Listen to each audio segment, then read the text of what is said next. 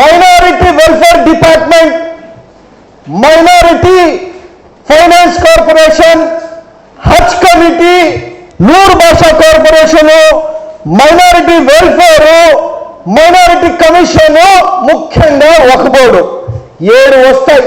మా మైనారిటీకి సంబంధించింది మోస్ట్లీ 7 వస్తాయి.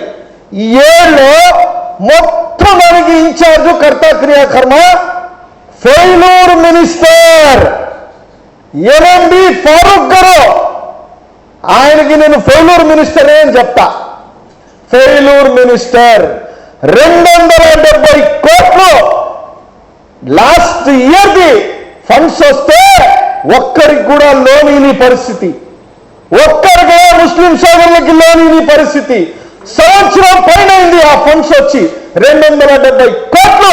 ఇప్పుడు దాకా దాని గురించి ఏది చెప్పలేదు. మరలా మన జిల్లాకి ఇన్ఛార్జ్ మినిస్టర్ ఆయన ఫరూక్ భాయ్. ఈయన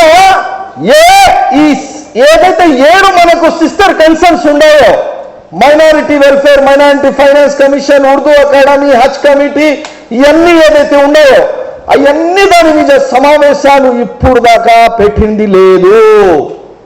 ఆ సీఎం గారి దగ్గరికి పోతారు, ఒకటి మాట్లాడతారు, ఫోటోలు తీసుకుంటారు, వచ్చేస్తారు.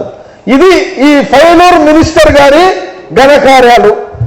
ఇప్పుడు ఇంకా నేను చెప్పదలుచుకుంటున్నా, 274 కోట్ల 2 కోట్లు వస్తే లాస్ట్ ఇయర్ బడ్జెట్ లో ఒక్కరికైనా మీరు లోన్లు ఇచ్చారా? అడుగుతుందో నేను. ఇప్పుడు దాకా ఇయ్యని పరిస్థితి.